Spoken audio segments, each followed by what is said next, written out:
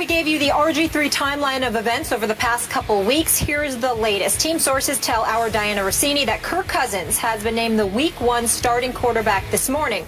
Redskins coaches are ready to move on from Griffin, but ownership is pushing back. That according to our Adam Schefter.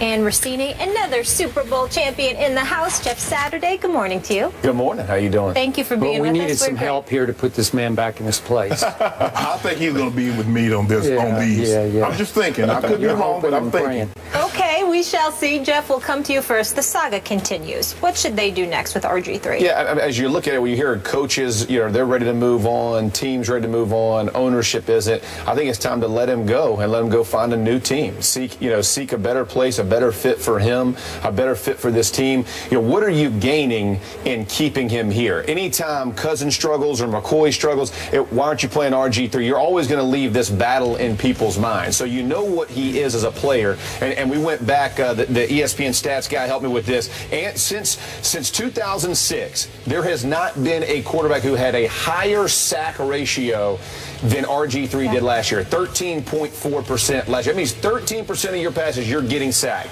Now, we can put some on the offensive line, but you also have to put the other on RG3. And when are you delivering the ball? I mean, compare that to Peyton Manning, who's about a 3% or 2 point something percent, right? Just getting rid of the ball. He has zero mobility. So as you're looking at what this team wants to do, with Jay Gruden, with the West Coast, with this mentality of getting the ball out. If the system doesn't fit him, then move on and go somewhere else and allow him to go move on. Now, do I think there are going to be a lot of teams to trade for him? No. But if you release him, there are plenty of takers out there on the market for what RG3 can provide. He's thrown 40 touchdowns, 23 picks in his career. So he can make plays if he needs to. It's just this system, this coach, for whatever reason, this relationship is not working. I said it a few weeks ago on NFL Live. That relationship is the most important because when you go in the locker room, if your head coach doesn't have your back, receivers won't have your back. The minute it's a bad ball, nobody, quarterback didn't throw a great ball, right? Nobody's like fighting for that guy. Nobody's laying it on the line. Offensive line knows this guy may not be here, right? We may have Cousins, we may have McCoy. So the turnstile quarterback thing does not work. You have to have a guy that you say, hey, listen, we're behind him. This is what we're going to do with it. He doesn't have to be your leader, but your coach, he has to be your starter and a pronounced starter. And with this thing wishy-washy, I think it's time to move on. What you want to get? You can go. I agree with you. The one thing that Jeff, from being in locker rooms for a long period of time, the players know. Yep. They don't believe in RG3 anymore. And once you lose the players' trust, forget the coaches. If the coaches don't trust you, you want the coaches to trust you. But you need the players to trust you more. They don't believe in RG3. They keep hearing him saying all this, but they don't see the performance matching up with what he's saying. And the one thing we know about mobile quarterbacks, they run themselves into a lot of sacks. Mind you, Randall Cunningham once got sacked 70 times. Michael Vick was a high sack guy because they run themselves into some sacks. If you look at the play RG3 got hurt on, it was a 3-step drop. He had 3 guys open, and he didn't throw to any of them. He takes off running, he bobbles the ball, he lands on the ball, the guy lands on top of him. The one thing on the West Coast, 1, 2, 3, ball's got to come out. You got to go. 1, 2, 3, 4, 5, ball's got to come out. It's got to either come out or you got to go to number 2. You can't sit back there and do this. You can't. And right now, he has no confidence, and he knows they don't have confidence in him. And I think that's what's bothering him more because he's never faced adversity, really. He went to Baylor, he lit it up. The guy won the Heisman. He comes into the NFL, he wins rookie. He's the first rookie to win Offensive Player of the Week in opening day in NFL history. Right. So everybody's talking about RG3 is going to revolutionize the quarterback position. Everybody's going to want an RG3. Only Millie Vanilli had a faster rise and a faster fall. It's over, Skip. Yeah, but they were fake. That Robert wasn't fake, right? Millie Vanilli, they were phony. But here's the thing, though, Skip. Unless he realized, says, you know what made me successful? I got to get back to that. It's over. Okay. He can't. He's not a straight pocket quarterback. He's never been that. But you think he's basically finished in the National Football League? No, I think he's finished as being RG3. Now, he can be Robert Griffin. He can be a solid guy, but he'll never, ever be 2012. That's gone. Okay. I disagree. Quick thought. Oh, you think he can be that again? Yes, I do. Do you think he's finished in the National Football League? No, I do not. I think there are plenty of takers, and I think he can be. But even if somebody takes quarterback? him, yeah. Do you think he'll be 2012 ever again? No, I think he's going to have to learn to develop his position and understand whatever system he goes to. It's going to be very difficult to go to an NFL team and completely retool your offense for a particular player that may get injured, and then the guy behind him can't run the system. So you at some point there has to be some molding or meshing of systems here. Yeah, a compromise. So as he comes in, I do think he can be a very capable starter in the NFL as he works through it. But again, that means diagnosing, that means improving your accuracy, that means trusting in your offensive line and delivering the ball. And it doesn't have to be a big play. I think what happens to young quarterbacks with early success is they think about the big play every time. In the NFL, 6 yards is a great play. Yeah. Be happy with it. Right now, we're ahead of the chains. Now we can make first downs. Everybody talks about touchdowns, but there's a ton of management in this game that is required from the quarterback position. Okay. And slide. Just my and slide. Thank you very much. He still hasn't learned to do that, which just perplexes me because he's so athletic, but he can't slide. Anyway, bottom line from me, I am hoping the Washington Redskins are foolish enough to cut Robert Griffin III. He will go somewhere else and start over, and I told you earlier in the show, he's going to have to swallow all of his considerable pride and start from scratch elsewhere and re-win another job another way for somebody who does believe in him because they wanted him to come there. And he will come back and haunt this franchise, the Washington franchise. If Jay Gruden is still the head coach at that point, he will haunt Jay Gruden because this is coming down to, is Dan Snyder ultimately going to bet on this head coach or this quarterback? It's because Jay Gruden does not want RG3. That was clear last year. Absolutely. He doesn't want him there. That's right. And to me, it's an outrage because again, I love John, so this isn't a John thing. John's this guy, Jay's that guy. I'm talking about Jay Gruden. What has he proven? Has he proven nearly as much as a head coach as Robert proved in 2012 as an NFL starting quarterback? He hasn't proven a thing. But he's taken an inferior quarterback as far as talent. And Andy Dalton, they go to 3 straight playoffs. As the coordinator, yes, right? But Skip, RG3 can't even run his offense. There's something that didn't click here from the start. I don't know why. I'm not there. But after all the hoopla about Dan Snyder has handpicked Jay Gruden to help take RG3 back to the 2012 level, from the start, it was clear, just watching Jay in his media sessions, he didn't like this guy. Right. He didn't like the way he operated off the field, and he definitely didn't like the way he operated on the field. And let me say this. Probably the best thing that could happen to him is he goes and retools his game and grows in confidence with a new team. So I fully agree. But let's not miss the point.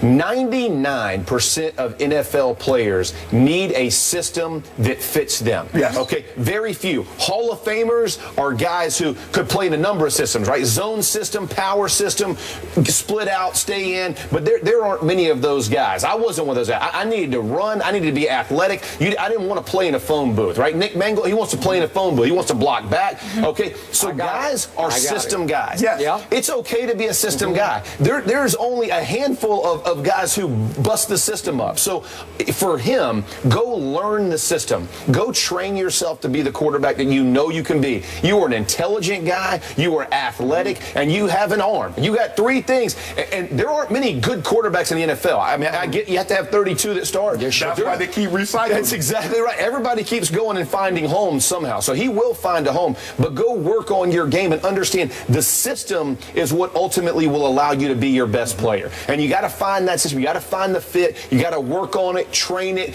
drill it, work, train, drill. Just keep going through the process, and you will become the guy you want to be. Freelancing, whatever you think you could do athletically, you and I both know that goes away when you play NFL. Because the difference between NFL and college is defense knows how to play it, and guys like T. Suggs will dress you down. You get outside, they ain't stopping, and they can pay the fine. Okay, they got the cash to throw that in there too. You said he has to swallow his pride. The first thing that has to go is the RG3. The RG3 needs to go. He worried so much about the brand. RG3. That was his brand. They forget about football. Right. The brand will only succeed if the football player is great. That is a great point. But for our game in general, he had earned the right to have a brand at that point. No, he had. He had one year. Played college. No. I'm talking about after. Listen, No, you do not. Division. It's One okay year. with me. You do not. Listen, No, you did not. In this day and age, you can start having a brand after you win Rookie of the Year and win the division. And there lies the problem. That's right. No, Andrew Luck ain't got no brand. Okay, but he didn't want a brand. Tom Brady didn't have a brand after year one. Peyton Manning barely had a brand after year one. Come on, those guys brand developed. was not the issue to me. The issue was after he wrecked his knee in the second half of the Seattle playoff game.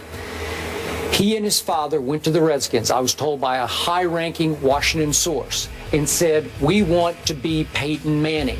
And as soon as I heard that, I said, you're not. You're just not Peyton Manning, and you'll never sniff Peyton Manning. And I heard from a source the very same thing. Thank you. Okay, so Robert has, as we all know, world-class speed. I'm talking about world-class. Okay, I think he can get that back.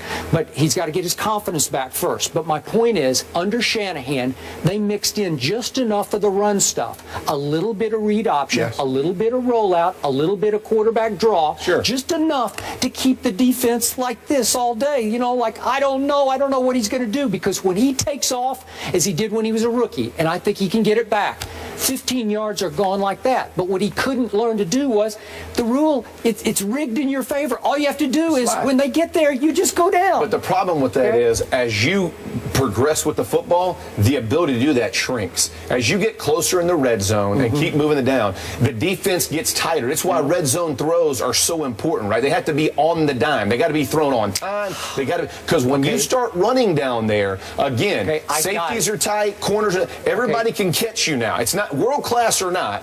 There's 11 of them who are, so that's different. I definitely saw the arm at Baylor, but that rookie year, he was special now. 20 touchdowns for 5 interceptions. Skip, you know, 4 years ago, I was 43. Okay.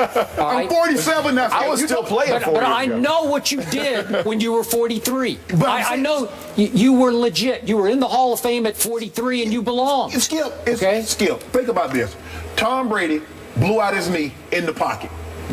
What if Tom Brady goes to Bill Belichick and says, you know what, I got my knee hurt in the pocket. I don't want to be a pocket passer anymore. I want to do semi-rolls. Rg3 got hurt running. It was a freak accident because he was sliding, and in the process of sliding, he accidentally leg whipped Haloti Ngata. He did, but you got to get down way before that. Okay, but I'm saying it was a freak accident, Skip, and he wanted to completely revamp everything that he had accomplished. Can't do it. Okay, but my point is, you got to swallow all your pride and get back to somebody who says, "How, hey, Skip, he had yet to do it." Okay, but I'm hanging in with this kid because he did it at the NFL. If we're talking about college football, I'd be with you guys. I do agree with that, but I don't think it's going to come in that form of 2000. I think it's learning a system and learning when to deliver the ball, when is my hot read there, when do I got, and it's not tuck it and run anymore. It's I'm going to deliver the ball when I'm going to keep this offense in phase. I'm going to learn to develop my game. I'm going to learn to develop. And he is a bright kid. He is an athletic kid, and he can throw the ball. And he's a good kid. And he is a good, absolutely. Off the field, it's all positive. It's all positive. He can learn to do it. The problem is when you dangle the carrot of we're going to do this, we're going to do that, and it's not your offense. If it's not your offense, coaches don't know it as well. Players can I work it? Can I not work? The reason Chip Kelly's offense, because he knows his system. Whatever player goes in there, he knows the system. That's right, to fit his system. He is the star of his system. But he knows the system. He knows where the weaknesses in the system are. He knows what blitzes will match up against what he does well.